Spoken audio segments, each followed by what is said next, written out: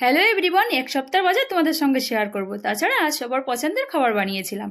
তো চলো কী কী সবজি এনেছে তোমাদের সঙ্গে শেয়ার করে দেখিয়ে দিই।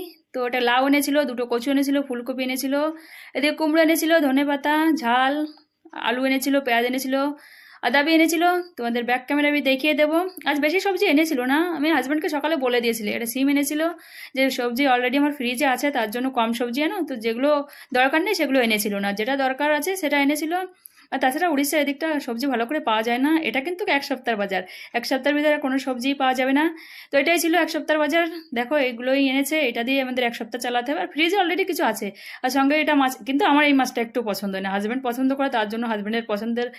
তো চলো কী কী রান্না করেছি। দুপুরের খাবার এদিকে কচু দিয়ে মাছ দিয়ে তরকারি বানিয়েছি, আমার খুব ফেভারিট সবজি এটা। মেয়ের জন্য ঘন্ট বানিয়েছিলাম, বাঁধাকপির ঘন্ট। আর এদিকে হাজব্যান্ডের জন্য উস্তের তরকারি বানিয়েছিলাম, আর ছেলের জন্য বানিয়েছিলাম সকালে পুরি আর আলুর তরকারি। ভিডিওটা ভালো লাগলে অবশ্যই একটা লাইক করে দেবে। বিকেলে রেড ভিডিও শ্যুট করেছিলাম।